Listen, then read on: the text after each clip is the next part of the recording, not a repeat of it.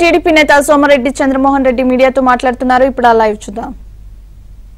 Container cargo టర్మినల్ని మార్చుకునేదానికి కేంద్ర ప్రభుత్వం అనుమతి ఇచ్చింది. కేంద్రం ఒక రాష్ట్రంలో 1996లో నేను ఎమ్మెల్యే సర్వేపల్లి, చంద్రబాబు నాయుడు గారు ముఖ్యమంత్రి, నాట్కో చౌదరి గారి కంపెనీ ద్వారా శంకుస్థాపన చేసి పునాదులేసి మొదలుపెట్టించాం. కృష్ణపట్నం పోర్ట్ వచ్చేదానికి చంద్రబాబు నాయుడు గారు కారణం. ఆ తర్వాత రాజశేఖర రెడ్డి గారు వచ్చినారు, సివి రావు గారు నవైగా కంపెనీ టేకప్ చేసింది, బాగా పీక్ తీసుకెళ్ళింది. ఈ గవర్నమెంట్ వచ్చిన తర్వాత అదాని అంటే ఈరోజు ఇంటర్నేషనల్ లెవెల్లో రిచెస్ట్ మ్యాన్, ఆయన తీసుకున్న తర్వాత రాష్ట్రానికి సంవత్సరానికి 900 నుంచి 1000 కోట్ల ఆదాయం పోవటం ఏంటి?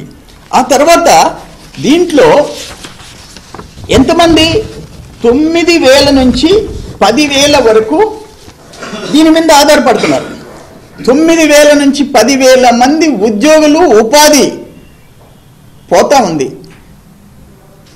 1000 ఎకరాలు భూములు ఇచ్చి నిర్వాసితులైపోయి పోర్ట్ వస్తుంది మాకు అంటే బూడిద మిగులుతుంది, ఉద్యోగాలు పోతున్నాయి, ప్రభుత్వానికి ఆదాయం పోతుంది. ఇది ఇంత ఘోరమైన నిర్ణయం, ఇంత ఘోరమైన నష్టం రాష్ట్ర ప్రభుత్వానికి వస్తుంటే ఇక్కడ కంటైనర్ కార్గో వల్ల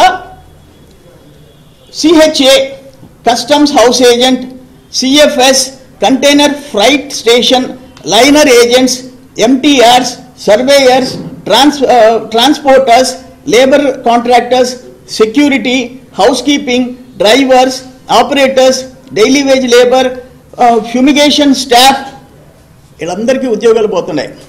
ఎంతమందికి? 9000 నుంచి 10,000 మందికి.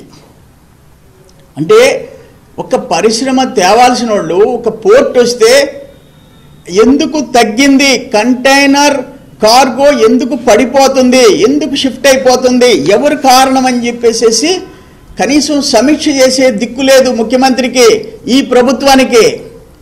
ఆ ఓడరేవుల శాఖ ఏం చేస్తుంది? ఆ ప్రిన్సిపల్ సెక్రటరీ ఐఏఎస్ ఆఫీసర్ ఏం చేస్తున్నాడు? నా పోర్ట్స్ అథారిటీ ఏం చేస్తుంది? సెంట్రల్ గవర్నమెంట్ ఎట్ట పర్మిషన్ ఇస్తుంది? మాకు అర్థం కాలే. అదానికి ఎక్కడైనా దేశంలో ఎక్కడైనా పెట్టుకుంటాడు.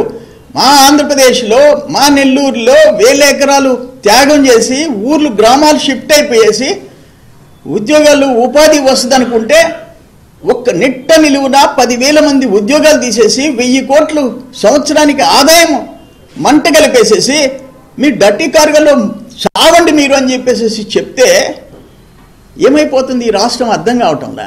ఎందుకు జరుగుతుంది ఇది అర్థం కావటంలా. ఇక్కడ మొత్తము ముఖ్యమంత్రికి, మంత్రికి తెలియకుండా మంత్రి నియోజకవర్గంలో పోటు, మేము ఎమ్మెల్యేగా బాబు గారు ముఖ్యమంత్రిగా తీసుకొచ్చాం. అక్కడ ముఖ్యమంత్రి, ఇక్కడ మంత్రి. ఈరోజు ముఖ్యమంత్రి రోల్ 0, ఈ మంత్రి రోల్ 0. అక్కడ మీ రోల్ ఏంది? 1000 మందికి 10,000 మందికి ఉద్యోగాలు నోట్లో మట్టి కొట్టి అక్కడ ఈరోజు మొత్తం ఖాళీ అయిపోతున్నాయి. అపార్ట్మెంట్స్ ఖాళీ అయిపోతున్నాయి, షాపులు ఖాళీ అయిపోతున్నాయి, రెంటెడ్ హౌసెస్ ఖాళీ అయిపోతున్నాయి. అక్కడున్న కిరాణా కొట్ల దగ్గర నుంచి, హోటల్స్ దగ్గర నుంచి కలెక్షన్ పడిపోయే పరిస్థితి వచ్చింది. కేంద్రం దగ్గర పర్మిషన్ తీసుకొని అదాని సైలెంట్గా షిఫ్ట్ చేసుకుంటుంటే కారణం ఎవరు? ముఖ్యమంత్రి, మంత్రి అరాచకాల కారణం ఏంటి? ముఖ్యమంత్రి ఏమన్నా వాళ్ళ మీద కన్నెరి చేస్తే వాళ్ళు వెళ్ళిపోయినారా? సమాధానం చెప్పండి. ఇదేం ఆషామాషి కాదు, ఇది జోక్ కాదు జగన్మోహన్ రెడ్డి, ఇదేం తమాషాలు కాదు. ఇది నువ్వు ముఖ్యమంత్రి అయితే శాశ్వతం కాదు. వాళ్ళ ఉద్యోగాలు, ఉపాధి, ప్రభుత్వానికి ఆదాయం శాశ్వతం. మాకు కృష్ణపట్నం పోర్ట్ ఉందని అంటే ఒక గర్వకారణంగా చెప్పుకోవాల్సింది. ఈరోజు కృష్ణపట్నం పోర్ట్ వెళ్ళిపోయి డర్టీ కార్గో మిగిలి ఏడ్చుకోనుకోవాలా? ఇంట్లో కూర్చొని ఏడ్చుకోవాలా?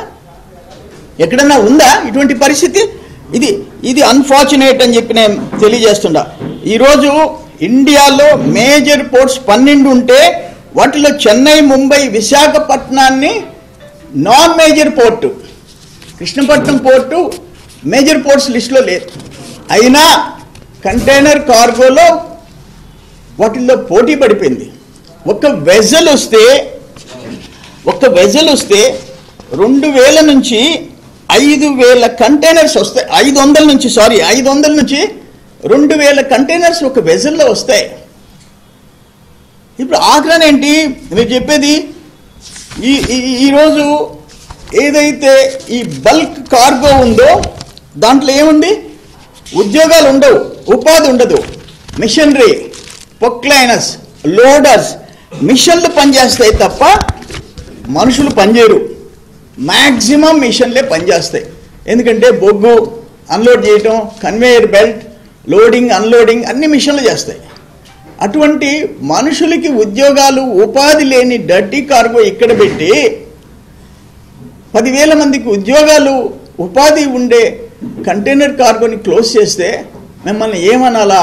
1000 కోట్ల సంవత్సరానికి ఆదాయం పోయే దాన్ని ఏమనాలి? ఇంకొక మాట చెప్తుండా, ఈరోజు ఇక్కడ దీన్ని బేస్ చేసుకొని గమేషా వచ్చింది. గమేషా అక్కడ పార్ట్స్ అన్ని తెచ్చి ఇక్కడ సోలారు అసెంబ్లీ చేస్తారు. అటువంటిది ఈరోజు లేకుండా చేశారు. విండ్ పవర్కి సంబంధించిన ఆ పార్ట్స్ అన్నీ ఇక్కడికి తెచ్చుకుంటారు. ఇప్పుడు ముద్రా పోర్టు గుజరాత్ నుంచి తెచ్చుకోవాలా, లేకపోతే తమిళనాడు నుంచి తెచ్చుకోవాలా? కృష్ణపట్నం బేస్ చేసుకొని గమేషా ఇక్కడ ఎస్టాబ్లిష్ అయింది. దీనివల్ల నష్టాలు ఏంటి? ట్రాన్స్పోర్ట్ ఇతర రాష్ట్రాల నుంచి తెచ్చుకోవాలా, డిలే ట్రాన్స్పోర్టు, డ్యామేజ్